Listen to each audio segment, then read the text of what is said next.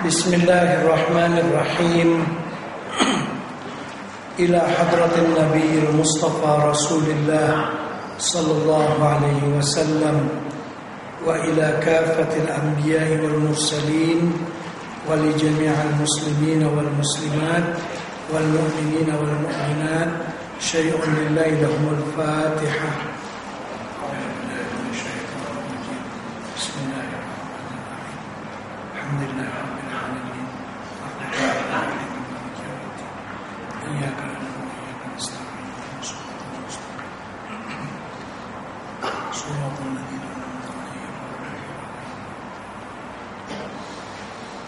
أعوذ بالله من الشيطان الرجيم بسم الله الرحمن الرحيم الحمد لله نحمده ونستعينه ونستهديه ونسترشده ونؤمن به ونتوكل عليه ونعوذ به من شرور أنفسنا ومن سيئات أعمالنا اللهم صل وسلم وبارك على سيدنا ومولانا محمد وعلى آله وصحبه ومن اهتدى بهديه واستنى بسنته وجاهد بجهاده إلى يوم الدين سبحانك لا علم لنا إلا ما علمتنا إنك أنت العليم الحكيم ولا حول ولا قوة إلا بالله العلي العظيم.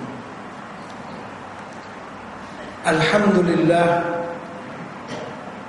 bersyukur kita kehadrat Allah Subhanahu wa taala yang sekali lagi mempertemukan kita dalam majlis yang mulia ini, mengisi masa yang sangat mulia dalam waktu malam, yaitulah masa antara maghrib dan isya, sambil kita menunggu kedatangan waktu salat isya. Maka kita yang berada di surau ini senantiasa ditulis oleh Allah Subhanahu wa taala mendapat pahala orang yang dalam bersembahyang. Pada malam ini kita sambung apa yang telah kita baca pada bulan yang lalu. Kita masih lagi mengertikan doa surah Yasin kan. Sampai di mana tu? Muka surat 27 kan?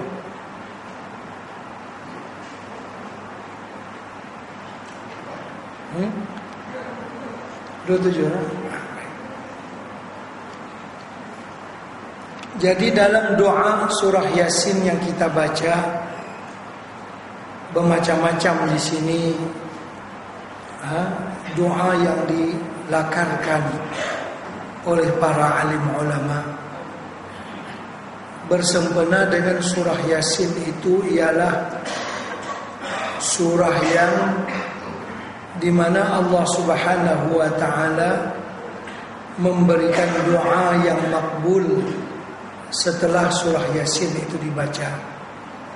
Dalam hal ini Nabi kita bersabda, Yasin lima quri'at lahu.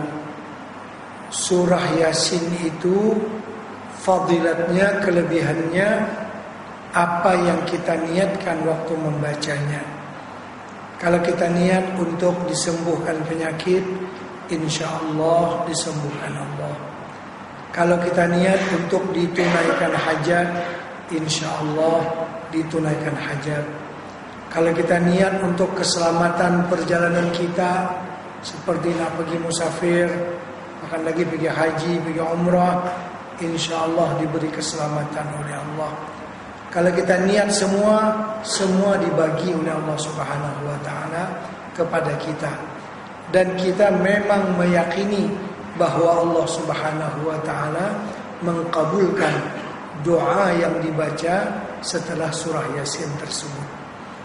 Cuma kabul itu dalam waktu yang dikehendaki oleh Allah dan dalam bentuk yang dikehendaki oleh Allah, bukan pada waktu yang kita nak ataupun dalam bentuk yang kita nak. Kadang-kadang kita nak makbul tu dalam bentuk yang macam ni, rupa mari pada kita bentuk lain, dia bukan bentuk yang tu. Jadi semuanya apabila kita berdoa, kita mesti yakin doa kita pasti diterima oleh Allah Subhanahu wa taala. Hal itu telah saya bahaskan pada pengajian-pengajian kita yang lalu. Kadang-kadang apa yang kita minta itu walaupun telah dimakbul oleh Allah, tapi tidak direalitikan dalam bentuk yang segera, dalam bentuk macam kehendak kita. Dia memang telah dikabulkan oleh Allah, tapi pahalanya disimpankan oleh Allah untuk kita. Nanti kita dapatkan di negeri akhirat. Kalau bagi sekarang ini, rugi kadang-kadang kita.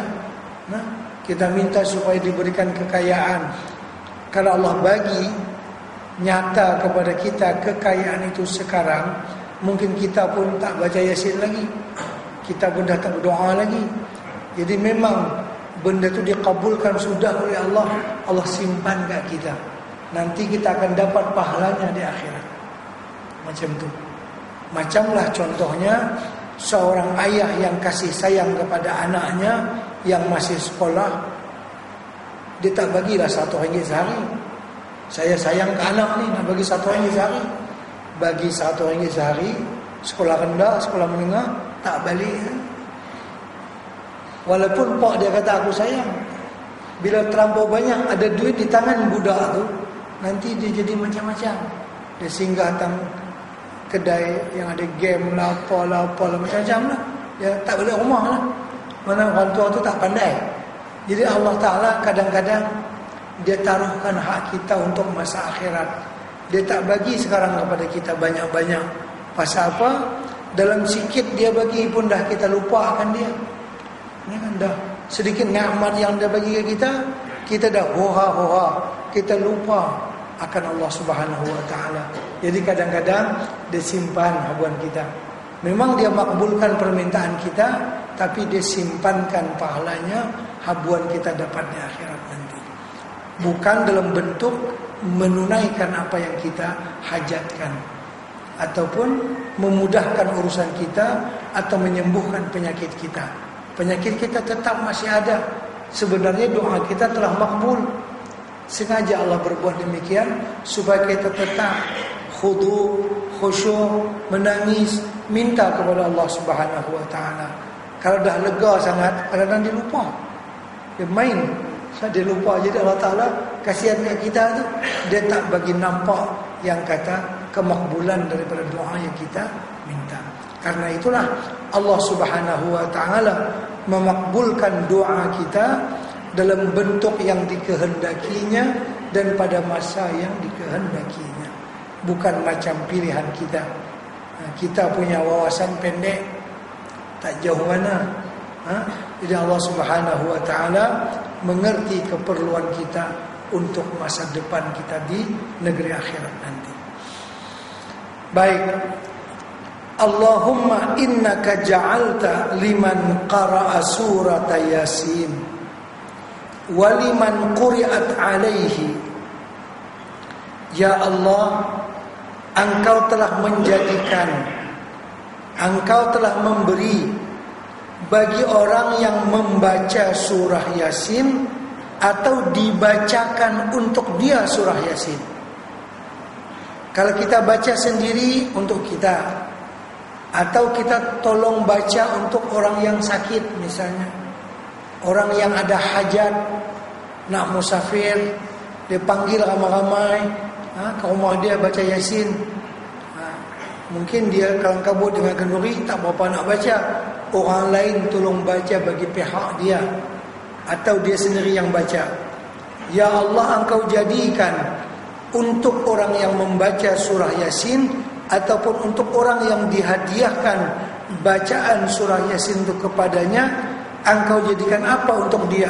Alfa shifain, 1000 macam kesembuhan. Bukan satu saja, 1000 macam sembuh daripada penyakitnya. Wa alfa quwatin, 1000 kekuatan. Kita lemah, kita tertindas misalnya, kita dizalimi oleh musuh-musuh kita, negeri kita dijajah oleh musuh misalnya, negara kita dikacau oleh musuh.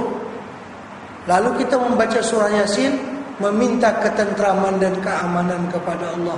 Memang sepatutnya kita telah diberi oleh Allah keamanan tersebut, cuma tidak dinampakkan kepada kita karena ada sesuatu hikmah yang dikehendaki oleh Allah. Wa alfa dawain, 1000 obat. Surah Yasin mengandungi 1000 obat. Ini peribahasanya, macam kita mengatakanlah ribuan terima kasih. Apakah lagi orang Melayu kalau kepada raja dia minta ampun berapa? Ampun tuanku beribu ampun. Dia tak katalah ampun tuanku berjuta ampun. Pasal duit yang ada kat dia tak sampai sejuta dulu ni. Mana ada orang Melayu ada juta-juta, ribu-ribu saja ada lah. Jadi dia nak terima kasih pada raja pun takak ribu terima kasih lah, atau ribu ampun lah. Pasal dia tak pernah pegang tu sampai juta dulu ni. Baru 2-3 hari ini pegang juta lah, dulu tak ada. Itu yang dia kata takak beribu ya. Patut dia kata berjuta ampun lah kan. Baik. Wa alfa quwwatin wa alfa dawain wa alfa barakah, 1000 barakah diberi oleh Allah bagi orang yang membaca surah Yasin. Wa alfa salamah, 1000 keselamatan. Wa alfa hajah, ditunaikan baginya 1000 hajat. Memang patut demikian. Wa sammaitaha ala lisani nabiyyika Muhammadin sallallahu alaihi wasallam al-mu'immah. Surah Yasin itu disebut dalam hadis Nabi namanya ada 2. Pertama al-mu'immah, yang kedua ad-dafi'ah. Al-mu'immah itu yang mengumumi, yang melengkapi, yang menyeluruh. Apa maksud Nabi kita menamakan surah Yasin sebagai Al-Mu'immah? Wa sammaitaha, engkau namakan ya Allah surah Yasin itu mengikut lidah nabimu. Dalam hadisnya engkau namakan dalam hadis Nabi Muhammad SAW Al-Mu'immata. Al-Mu'immah itu nama surah Yasin yang Nabi kita sebut dalam hadisnya. Kan seperti surah Al-Fatihah Nabi kita sebut surah Asy-Syafiyah, surah Al-Kafiyah. Syafiyah itu memberi kesembuhan, Kafiyah memberi kecukupan. Kalau surah Yasin Nabi kita beri nama dia Al-Mu'immah. Apa makna Mu'immah? Ta'ummu li sahibiha khairaid darain. Al-Mu'immah itu yang melengkapi, yang menyeluruh. Maksudnya dengan keberkahan surah Yasin itu, maka Allah Subhanahu wa taala memberikan kepada orang yang membacanya akan keberkatan hidup yang menyeluruh dari dunia sampai ke akhirat. Itu maksud Al-Mu'immah, yang mengumumi, yang meliputi segala sesuatu.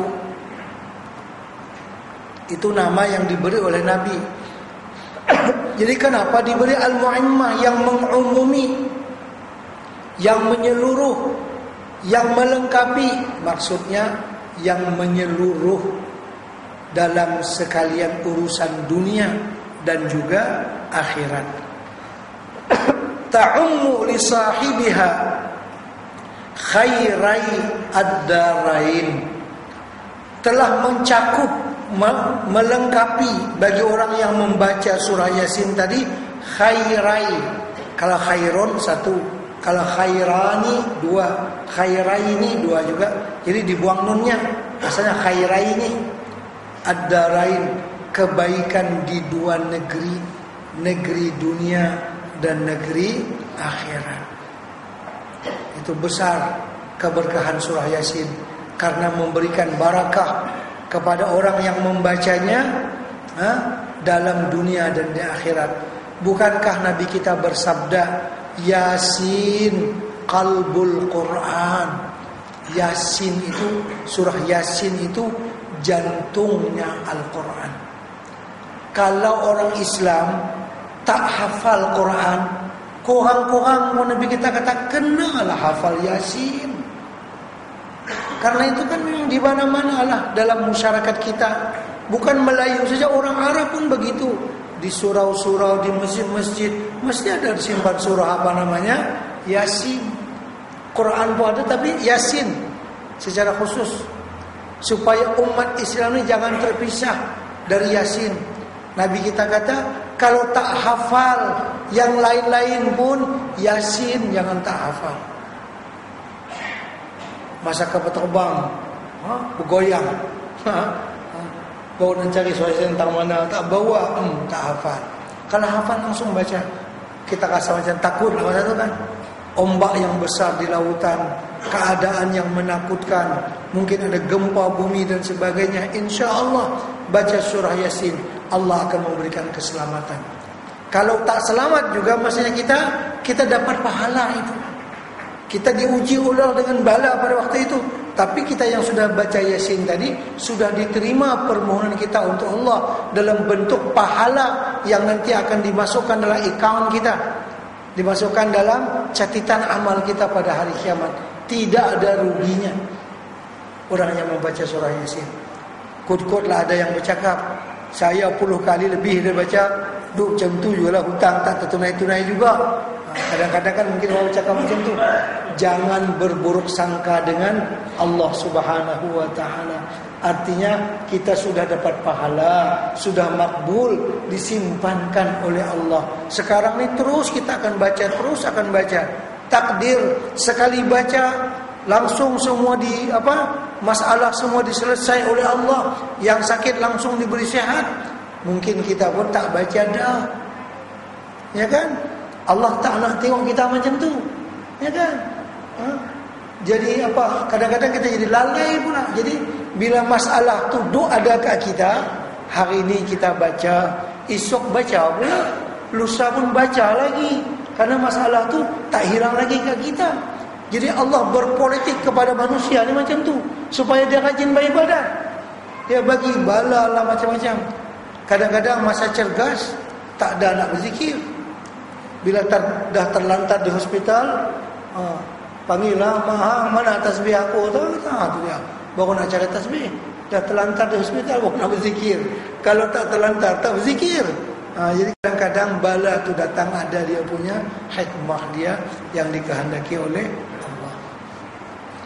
Jadi Nabi kita Muhammad menamakan surah Yasin itu sebagai Al-Mu'immah, ta'ummu li sahibiha khairai ad-darain, kebaikan di dua negeri, kebaikan di dunia dan kebaikan di akhirat.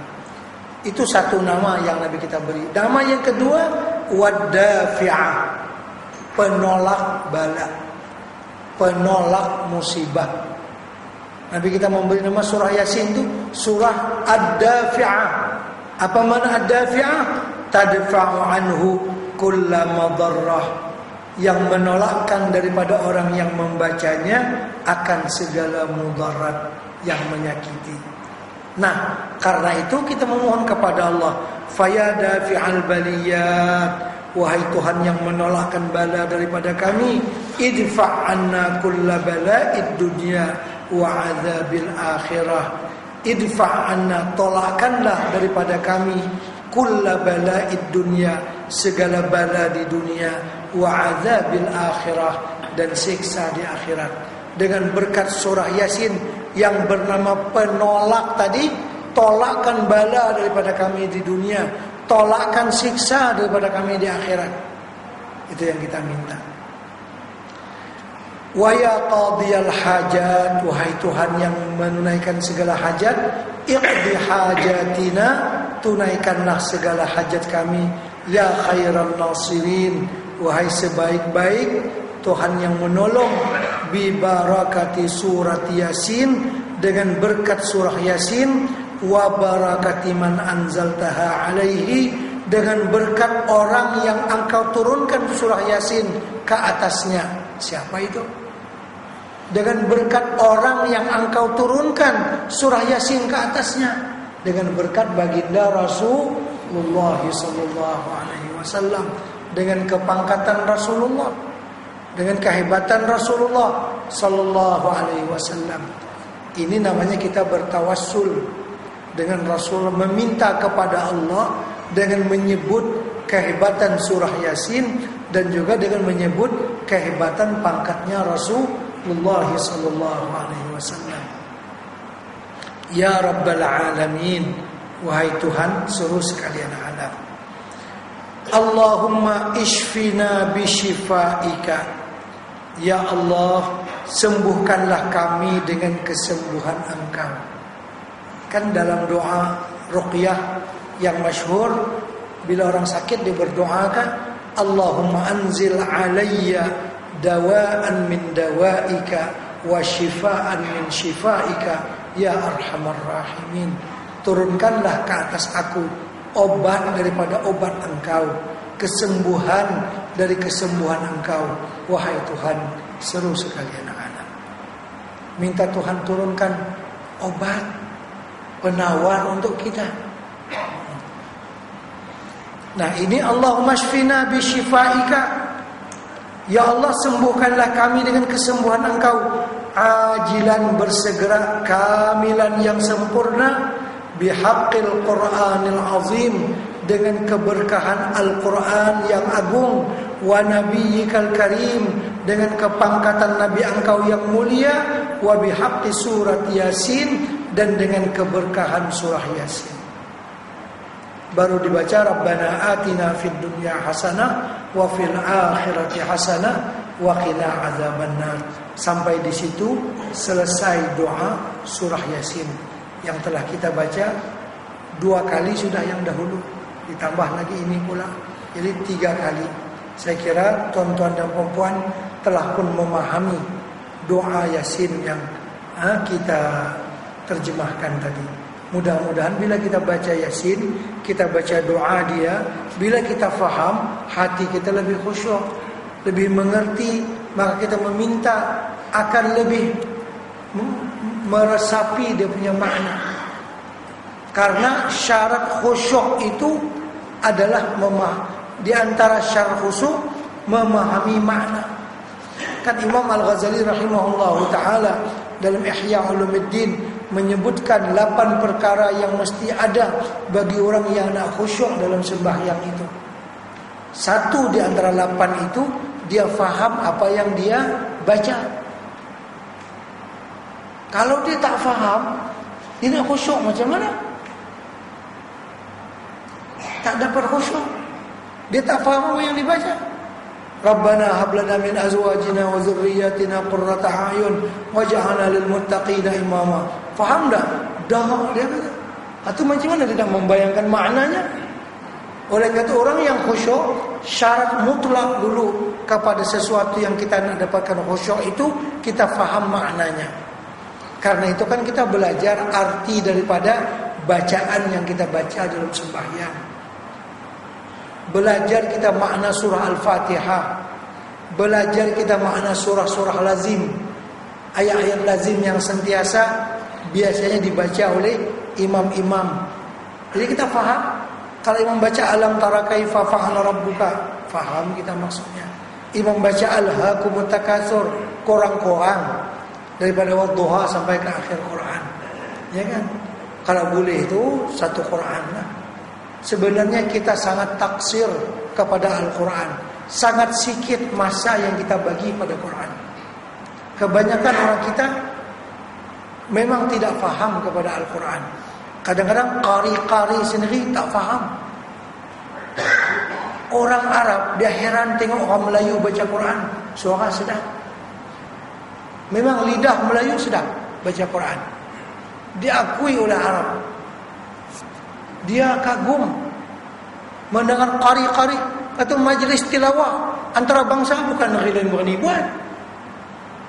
Karena buat di Malaysia, pasal orang kita alhamdulillah juara-juara pun belah-belah sini lah. Kalau tak Indonesia kadang Malaysia punya tu lah. Suara orang kita ni hebat-hebat baca bahasa Arab. Kagum Arab Malayan pada orang kita. Yang dia lebih kagum lagi bila dia tanya, hang faham dah yang hang baca tu? Dah kata, lagi dia kagum. Baca sedap, tapi tanya faham tak yang baca tu?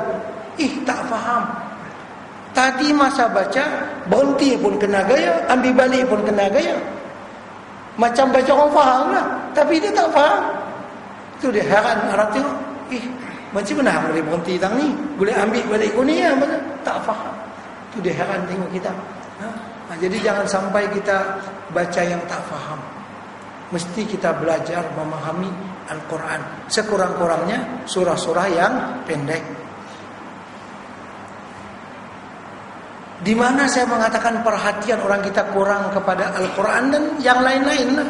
Sepatutnya kita kena beri masa untuk belajar dia.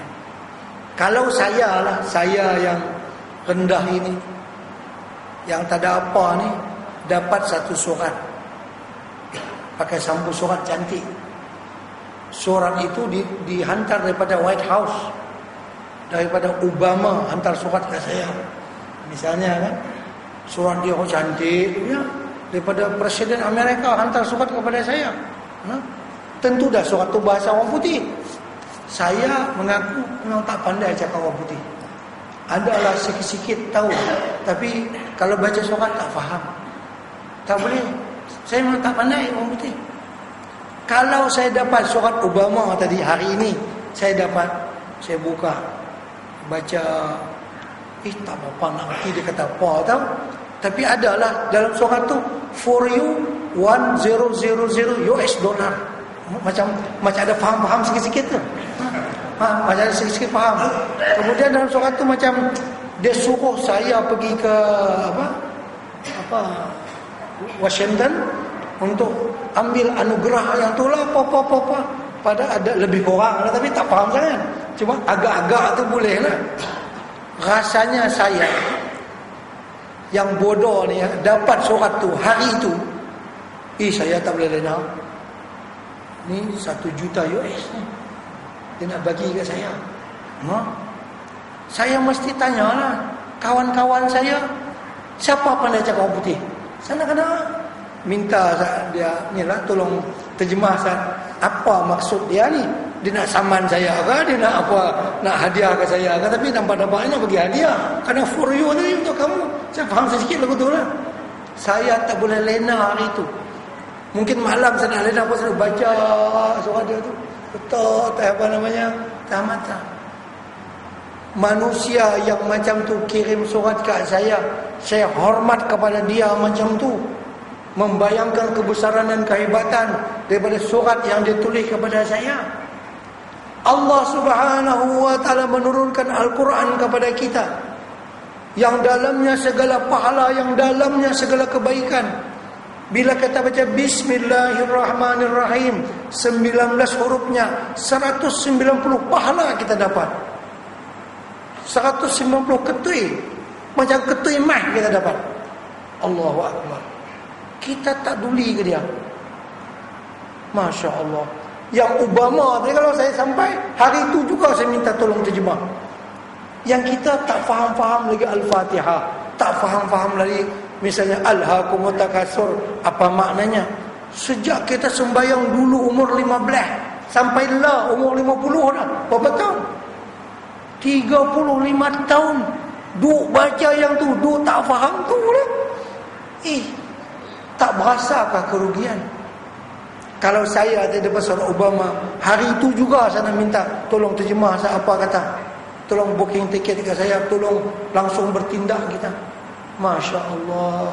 Dunia yang Nabi kita kata tak ada harganya ini, yang itu yang kita pulun, ya kan? Sedangkan akhirat, Masya Allah, Al-Quran, surah Wadduha, surah yang pendek-pendek itu besar, yang pahala-pahalanya banyak. Bukannya nilai 1 juta, lebih dari itu lagi. Tapi kita tidak mempedulikan seperti kita mempedulikan kalau kita dapat dunia tadi. Itu sebenarnya. Jadi kita sepatutnya lah merasa gembira, merasa bertuah bila kita dapat Al-Quranul Karim. Kita berdoa, kita faham, kita mengerti, kita khusyuk, Masya Allah, itu nilainya luar biasa. Dalam sebuah hadis Nabi sallallahu alaihi wasallam, Nabi kita bersabda, barang siapa yang diberi Allah kepada dia faham Quran. Oleh kerana dia masuk ngaji di pondok lah, sekolah agama, dia faham Quran.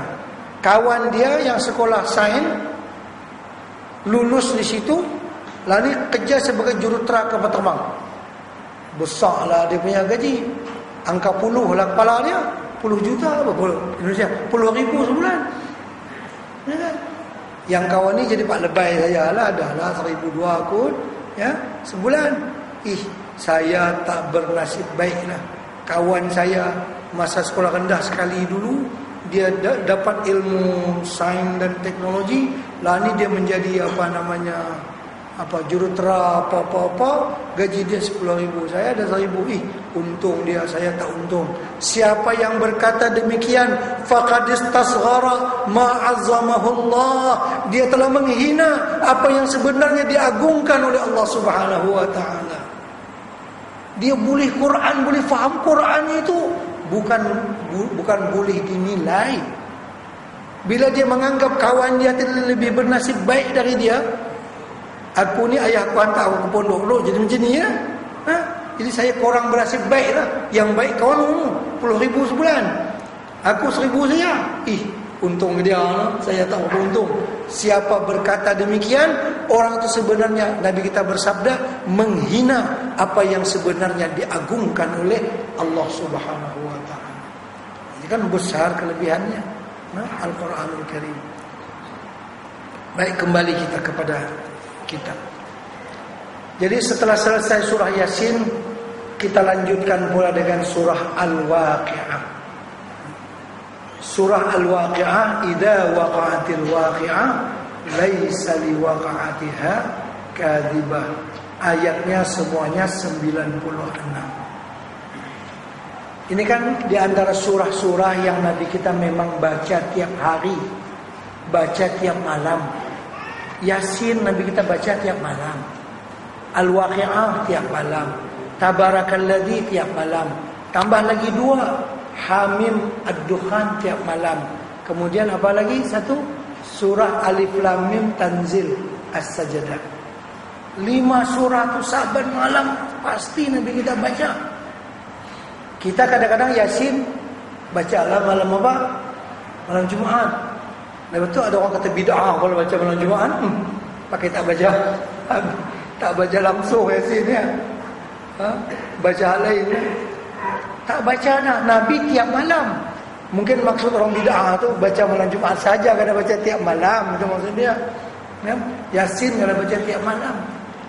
Memang begitu Nabi kita saban malam. Yang 5 surah tu Nabi kita tak tidur lagi kecuali Nabi kita baca.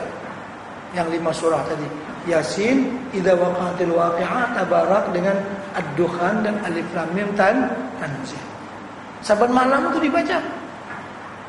Kadang-kadang dibaca dalam tahajud, kadang-kadang dibaca dalam ba'diyah isyanya, dan begitu seterusnya.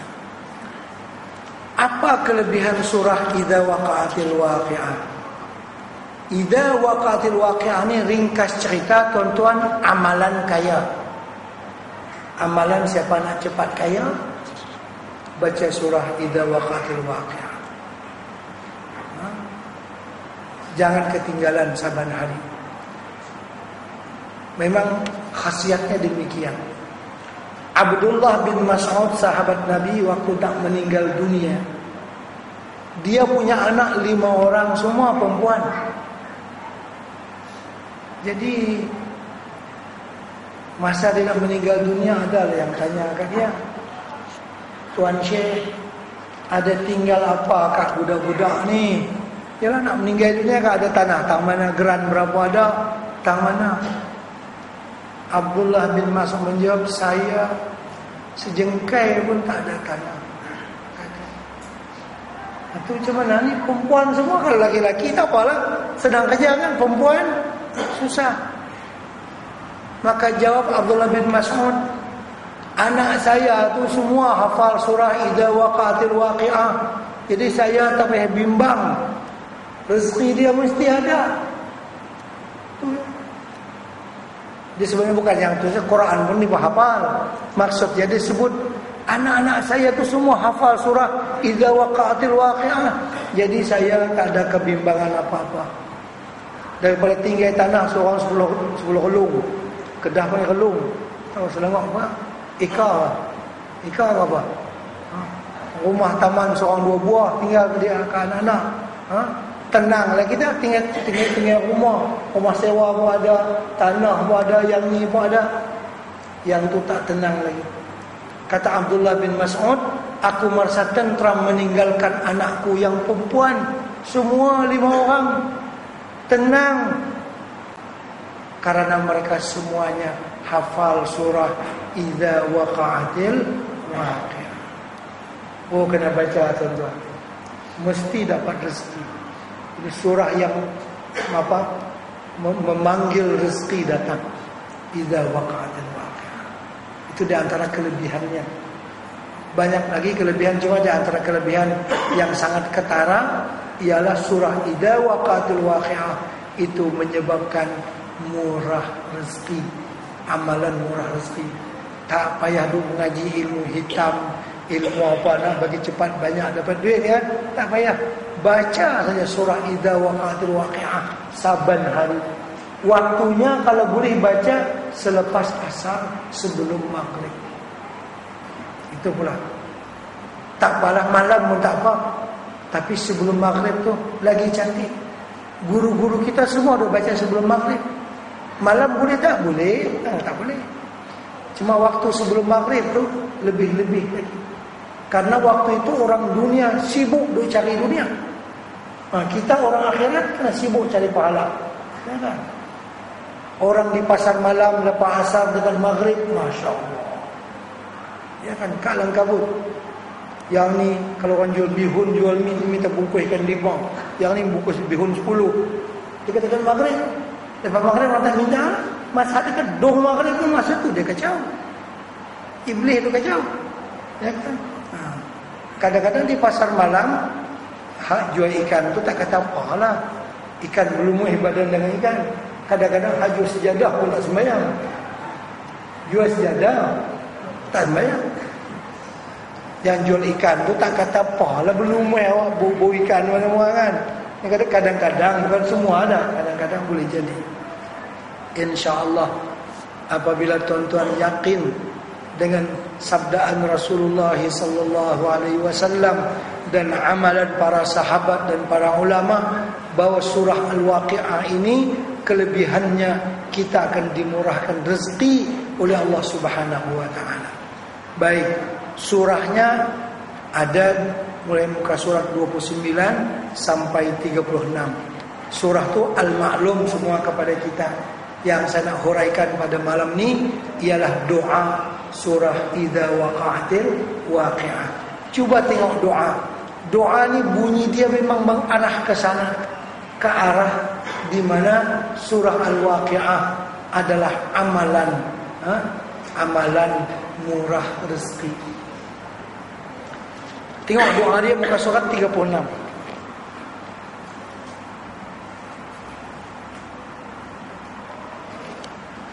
Sudah jumpa muka surat 36. Kan setelah kita baca bismillah, alhamdulillah, wassalatu wassalamu ala sayyidina Muhammadin Rasulillah wa ala alihi wa sahbihi wa mawalah, kita baca doa ini. Doa surah Al-Waqi'ah. Allahumma sun wujuhana bil yasar. Ya Allah, tolong pelihara air muka kami dengan sebab kami orang yang beradab. Tolong pelihara air muka kami kerana kami orang yang ada duit, orang yang ada berkecukupan. Kita kalau tak ada murah air muka kita, nak minta ke orang, nak minta hutang ke orang, pasal kita ada. Ya Allah, dengan keberkahan surah Idza Waqa'atil Waqi'ah, tolong jaga air muka saya ni nak. Jangan sampai menadah tangan nak minta ke orang ataupun nak berhutang ke orang. Allahumma sun wujuhana bil. Ini baca doa ni. Doanya tadi. Kita meyakini kelebihannya tadi, bahawa murah rezeki. Baca doa ni. Allahumma sun wujuhana bil yasar, ya Allah tolong peliharalah muka kami. Jadi tak kadang duk perli hak orang minta hak orang, duk teringin hak orang lain. Tak. Kita orang yang ada, memiliki, yang ada duit, yang berkecukupan. Jadi kita tak perlu meminta kepada orang dan tak perlu berhutang kepada orang lain. Wala tuhinna bil iqtar, jangan engkau hinakan kami pasal duit tak ada. Iqtar tu duit tak ada, susah. Pasal susah kita jadi hina. Kalau kita berhutang kan hina di waktu siang, sedih di waktu malam. Hina. Apakah lagi jumpa orang yang bagi hutang ke kita? Duk sembahyang tepi dia, duk rasa dia nak tagih hutang ke kita. Padahal bukan ada, dia kebetulan saja sembahyang tu tepi kita. Ya kan? Itulah hinanya di waktu siang pasal ada hutang. Malam kalau nak lena tak boleh fikir, macam mana nak bayar hutang, banyak keling pinggang hutang. Ya kan? Ini amalan dia. Amalkan surah Idza Waqa'atil Waqi'ah. Baca doanya. Wala tuhinna bil iqtar, jangan engkau hinakan kami dengan iqtar tu kefakiran. Tak ada duit, nak kena jual air muka kepada orang. Boleh tak saya nak berhutang duit sebulan 2 bulan? Lekeh lah macam tu kan. Jual air muka kepada orang. Jangan sampai jadi macam tu lah kita. Mana kita ada rezeki sedia, ada duit, tak payah berhutang ke orang, ya kan? Senanglah kita. Itu berkat surah Al-Idza Waqa'atil Waqi'ah. Fanastarziqu min talibi rizqika, lalu kami meminta rezeki daripada orang yang sebenarnya minta daripada engkau, ya Allah. Kita minta rezeki daripada orang yang dia tu minta kepada engkau. Tak payahlah macam tu, payah kami minta langsung kepada engkau. Kan duk tadah tangan kepada manusia, duk minta rezeki pada orang yang dia pun minta rezeki kepada Allah. Baik langsung kita minta kepadanya. Wa nasta'tifu syirara khalqika, kadang-kadang kami buat lembut tengkuk kepada orang yang jahat daripada makhluk engkau pasal nak duit dia, nak projek daripada dia. Buat apa namanya, lembut tengkuk lah supaya dapat, jangan buat kasar tak dapat lah. Kena buat ya apa tengoklah apa lah, yes semualah, ya semualah. Kenal lah, ya pasal nak duit dia, nak dapat proyek daripada dia. Kena mesti yang dia tu jahat. Jadi kita yang soleh, orang yang baik, tiba-tiba melutut merendahkan diri pada orang yang jahat. Pasal apa? Nak dapat duit dia. Kami tak nak jadi macam tu, tak nak. Kami nak hanya letakkan kepala ni sujud, tunduk tawaduk kepada Allah Subhanahu wa taala. Bukan kepada, kan pasal duit tak ada. Pasal nak minta proyek, kita kata macam tu lah kan. Minta proyek, nak kena, iyalah, nak kena melutut kepada orang yang zalim lah kadang-kadang kan, macam-macam. Nak buat macam mana? Kalau tidak, tak dapat. Lekehnya iman kita. Di mana kita merendahkan diri kepada orang yang fasik misalnya, orang yang dia jahat, kita tahu dia jahat, tapi terpaksa kena macam tu. Pasal apa? Nak dapatkan duit daripada dia. Lekehnya sumber duit kita daripada yang macam tu. Jadi wa nasta'tifu syirara khalqika, lalu kami terpaksa buat lembut tengkuk. Nasta'tifu, minta belah kasihan daripada makhluk engkau yang jahat. Sepatutnya iman kita tak maulah macam tu, tapi nak buat macam mana? Tidak, tak dapat. Wa nashtaghilu bihamdi man a'tana, lalu sibuk duk puji, duk bodek orang yang duk bagi ke kita. Benda tu kadang-kadang orang tu tak menasabah untuk dipuji, tapi kena puji, tak puji tak dapat. Wa nubtala bi dhammi man mana'ana, dan kami dibalakan dengan mencela orang yang tak bagi. Siapa tak bagi, kita kata dia kedekut lah, apalah. Kata ke orang kan. Kita minta kepada Allah, ya Allah, jangan kami jadi macam tu lah. Tolong peliharalah air muka kami. Jangan sampai kami menjadi orang yang fakir. Biar kami orang yang mempunyai harta. berkecukupan. Bukanlah makna nak jadi luar biasa kayanya, tapi yang penting dalam hidup kita tak berhutang, makan minum, untuk ongkos anak-anak yang mengaji, apa semua cukup. Alhamdulillah. Kita nak macam tu. Minta kepada Allah. Bukan dengan cara yang kita sebutkan tadi. Rugi kita kalau macam tu. Wa anta min wara'i dzalika kullihi ahlul 'ata'i wal mana'. Engkaulah ya Allah yang memberi engkau. Kalau tak bagi pun engkau lah. Ni kalau tak puji dia, nanti dia tak bagi. Kenalah puji, kenalah ampuh, kan? Tak payah. Engkau saja yang kami puji ya Allah. Karena engkau mempunyai kuasa nak bagi ke tak bagi. Bukan ada siapa. Engkau punya kuasa mutlak dalam hal itu. Ini dengan berkat surah Idza waqatil waqi'ah, engkau permudahkan air muka kami ya Allah. Kan bagus doa ni supaya kita terpelihara. Allahumma ya Allah kama sunta wujuhana anis sujudi illa lak fasunna anil hajati ilaika. Ya Allah, seperti apa engkau telah peliharakan muka kami ini, kami tidak sujud kecuali kepada engkau. Maka ya Allah, peliharalah kami supaya jangan berhajat kecuali hanya kepada engkau ya Allah. Jadi muka ni tak sujud kecuali kepada Allah. Maka tolong jagalah ya Allah, bahwa kami tidak meminta hajat kami kecuali hanya kepada engkau. Bijudika wa karamika wa fadlika, dengan kemurahan engkau, dengan kemuliaan engkau, dengan anugerah engkau ya arhamar rahimin. Asal betul-betul kita resapi dia punya maknanya. InsyaAllah dibuka Allah untuk kita pintu rezeki. Cukup kita insyaAllah. Kemudian doa ini doa yang ma'thur daripada Rasulullah. Allahumma aghnina bihalalika an haramik, wa bi ta'atika an ma'siyatik, wa bi fadlika amman siwak.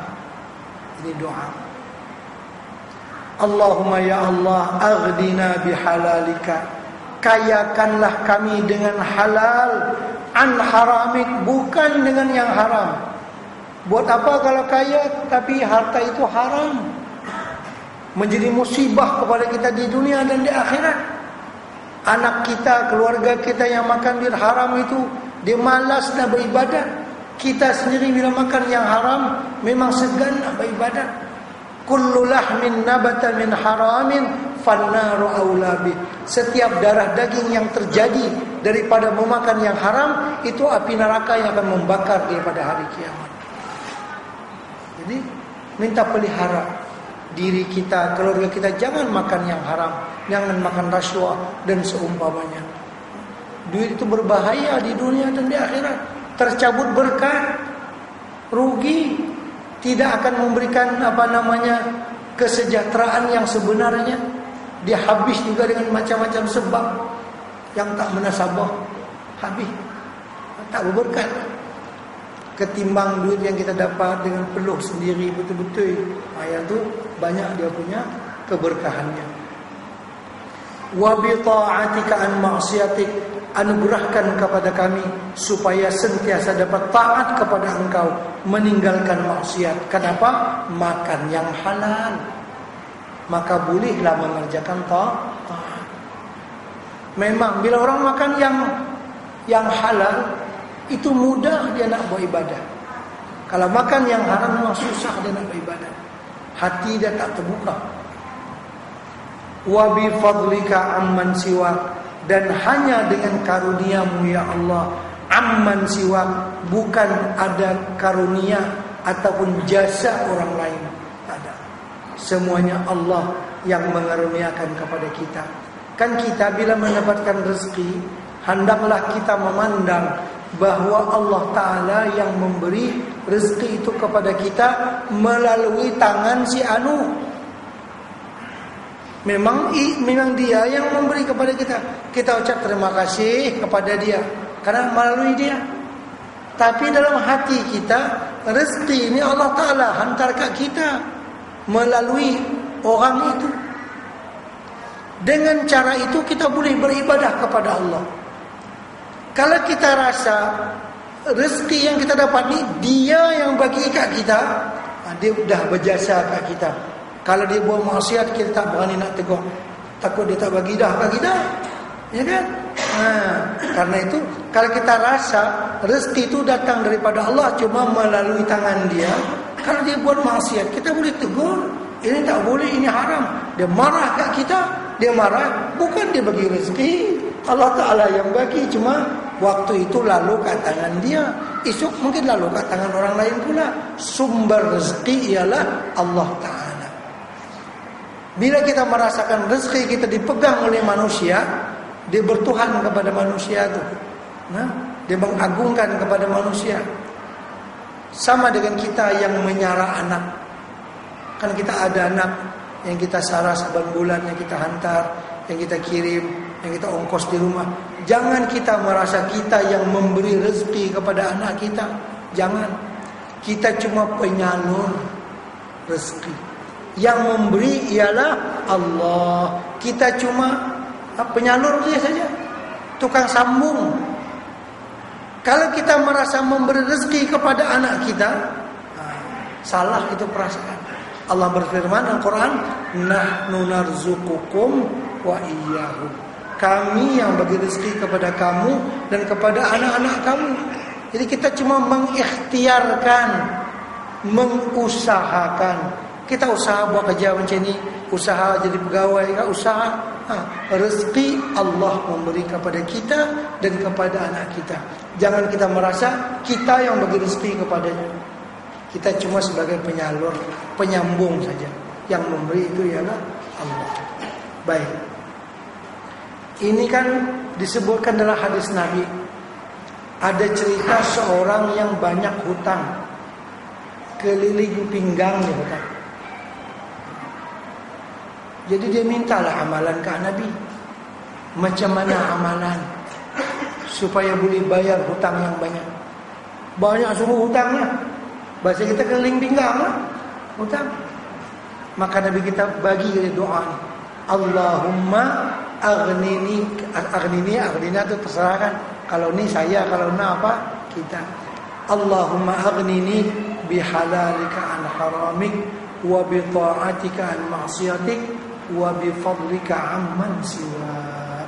Itu doa orang yang terhutang. InsyaAllah ditunaikan Allah akan hutangnya, walaupun hutangnya sebesar gunung Sabir. Gunung Sabir, gunung yang ada di Mina. Besar gunung tu, yang matahari dah terbit, selepas lalu dia baru ternampak matahari. Gunung Sabir di sebelah sebelah barat daripada Mina, yang sebelah barat. Gunung tu tinggi. Nabi kita, kalau engkau terhutang, besar je hutang engkau seperti gunung Sabir sekalipun. Kalau di Kedah seperti gunung Jerai lah. Kalau di Selangor seperti gunung apa? Gunung Parah sana. Betul ke? Kecil ya. Itu kecil, tak besar. Pergi apa? Di Perak pergi Gantang apa yang besar-besar. Allah akan tunaikan hutang engkau. Itu amalan. Dalam kitab Sayyirus Salikin disebutkan pula oleh Syekh Abdul Samad Al-Falimbani, pengalaman rohaniah daripada ulama-ulama zaman dulu. Doa ini hendaklah dibaca 70 kali hari Jumaat selepas daripada sembahyang Jumaat. InsyaAllah tidak berlalu satu Jumaat akan dibayarkan hutangnya. Hari ini Jumaat baca, tak sampai seminggu tertunai. InsyaAllah. Bacanya 70 kali dengan khusyuk. Allahumma aghnini bihalalika an haramik wa bi ta'atika an ma'siyatik wa bi fadlika amman siwak. Ya Allah, karuniakanlah kepada aku rezeki yang halal, bukan rezeki yang haram. Anugerah daripadamu, bukan yang lain daripada Engkau ya Allah. Dan berilah kami boleh mengerjakan ketaatan dengan rezeki yang Engkau bagi itu, bukan mengerjakan maksiat. Artinya memang kita nak buat benda baik lah. 70 kali hari Jumaat sebelum balik ke rumah. Kira betul-betul 70 kali. Ini hari Jumat. Siapa ada hutang, insya-Allah dimudahkan Allah baginya membayar hutang. Itu dalam kitab Sairus Salikin. Itu mujarab. Maksud mujarab tuh telah tercoba, dibaca memang makbul di sisi Allah Subhanahu wa taala. Dan kata setengah ulama, yang bagusnya lagi lebih dahulu daripadanya bacalah surah Idza Waqa'atil Waqi'ah. Kita di sini lepas salam imam Jumat, maka ada tabib belakang dulu. Tak sabar. Ya kan, pasal time kerja dah sampai. Ya kan, kalang kabut. Tak ada baca.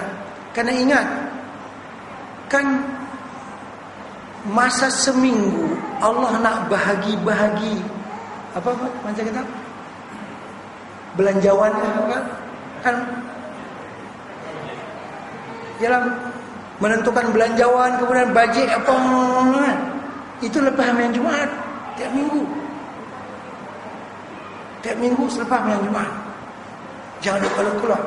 Kan dalam khutbah lama dulu, cuba baca khutbah dalam kitab perukunan. Wala tansani, khatib baca dalam khutbah tu. Wala tansarifu min musallakum musri'a bighairi dzikrin wa du'a. Itu ada kan setelah apa namanya? Ittaqullah. Ada sambungannya tu. Janganlah kamu cepat-cepat keluar dari masjid ini selepas sembahyang Jumat nanti, Jangan cepat-cepat keluar tanpa berzikir dan tanpa berdoa. Faman asra'a bil khuruji fama haraba illa min rahmati rabbihil aliyyil a'la.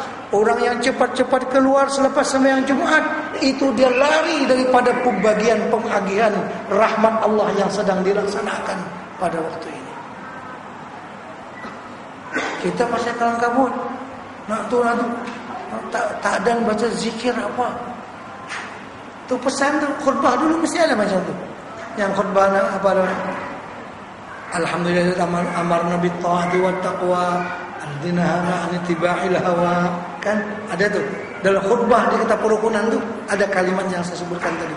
Wala tansarifu min musallakum musri'a. Jangan keluar cepat-cepat. Ini orang nak bagi peruntukan ni. Lepas main Jumat. Yang dia tu bil awal tak ada pahala. Min ghairi zikrin wa du'a. Faman asra'a bil khuruji fama haraba illa min rahmati rabbihil aliyil a'la. Orang yang cepat-cepat keluar, itu dia lari daripada orang yang sedang beda-beda ni. Untuk bagi peruntukan, tunggulah saya. Baca 70 kali tadi.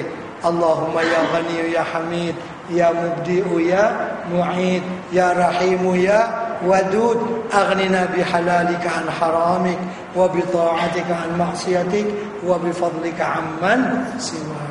Orang tua dulu ada di kampung kalau ingat. Hari Jumat ni mesti baca doa. Allahumma ya ghaniyu ya hamid ya mubdi'u ya mu'id ya rahim ya wadud aghnina bihalalika an haramik wa bi ta'atika an ma'siyatik wa bi fadlika amman siwa. Sebelum dia baca doa tu, dia baca 77 dulu. Kalau mungkin yang biasa di kampung dulu-dulu ni 77 tu 7 kali Al-Fatihah. Enggak ada yang ingat lah. 7 kali qul huwallahu ahad, 7 kali qul a'udzu birabbil falaq, 7 kali qul a'udzu birabbin nas. Baru dia berdoa dengan doa tadi itu. Tutup guru tua di kampung dia baca. Di Kuala Lumpur kalau baca pakat apa tu imam panjang sangat wirid ni. Jangan, Jumat tu hari spesial. Karena itu kan dalam surah Jumat tu فَإِذَا قُضِيَتِ الصَّلَاةُ فَانْتَشِرُوا فِي الْأَرْضِ وَابْتَغُوا مِنْ فَضْلِ اللَّهِ. Bila sudah selesai sembahyang Jumat, bertebaranlah kamu di permukaan bumi dan carilah anugerah-anugerah Allah. Ini sudah untuk dia sekian, untuk dia sekian, ini sekian, ini sekian. Itu dia. Tapi bukanlah mana fantashiru tu. Al-Quran bukan berbunyi faida qudiyatis salatun tashiru, bukan begitu. Faida qudiyatis salah, bila sembahyang Jumat sudah selesai, fantashiru, ada huruf fa. maka duduklah dulu, ya kan? Itu fa tu. Kalau mengaji nahu, ni saya akan mengaji nahu sikit dulu. Kalau mengaji nahu, ja'a Zaidun wa Amrun, datang Zaid dan Amar. Artinya Zaid dan Amar datang bersama-sama.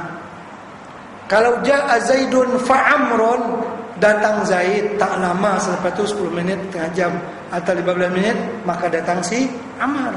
Kalau ja'a Zaidun summa Amrun, ulama 2 hari baru datang yang kedua tu, ya kan? Ini fa. Jadi fa idza qudiyatis salatu fantashiru, maka bertibaratlah kamu di muka bumi mencari rezeki Allah. Tapi fa, tunggulah 15 minit. Bacalah yang tadi itu. Kalau boleh baca yang 77 tu, sekurang-kurangnya Allahumma ya Ghani ya Hamid ya Mubdi ya Mu'id ya Rahim ya Wadud, aghnina bihalalika an haramik wa bi ta'atika an ma'siyatik wa bi fadlika amman siwa. Insyaallah kalau tuan-tuan puan-puan betul-betul yakin dengan sabda Rasulullah sallallahu alaihi wasallam, insyaallah dapat. Tapi jangan buru-buru. Saya ustaz 5 kali baca dah tak dapat lagi pun. Tak apa. Kalau tak dapat, kita kena faham. Allah simpan habuan kita nanti di mana, di akhirat. Atau baca tak betul. Dia baca tak betul. Dia baca itu macam mana baca tak betul? Macam cerita di masa lah, kawan-kawan duk baca ayat ruqyah, jampi nak bagi keluar apa namanya syaitan. Orang yang sedang apa namanya kena rasuk. Syaitan bermain. Dia bercakap. Dia kata, aku nak keluar macam mana? Hang baca tak betul. Kawan duduk baca ayatul kursi pun tak betul. Maka aku nak keluar macam mana? Dia cabar balik pula. Baca dia tak betul. Makhraj dia tak betul. Itu baca dengan tenang, baca dengan tenteram. Amalan. Jadi Allahumma aghnini bihalalika an haramik wa bi ta'atika an maksiatik wa bi fadlika amman siwaka. 70 kali setelah sembahyang Jumat baca wirid. InsyaAllah Jumat kali mesti baca. Jangan terlupa. Kalau kita tak ada di masjid, misalnya dah ada hal pasal kapal terbang dan nak naik dah. Tak apalah, kita baca atas kapal terbang, tak apa. Jangan tak baca hari Jumat. InsyaAllah kelebihannya akan dirasakan bagi orang yang yakin dengan anugerah daripada Allah Subhanahu wa taala. Jadi sampai di situ saja dulu insyaAllah. Nanti kita sambung pula pada bulan yang akan datang kelebihan surah Tabarakalladzi biyadihil mulk dan doa-doanya sekali insyaAllah. Al-Fatihah.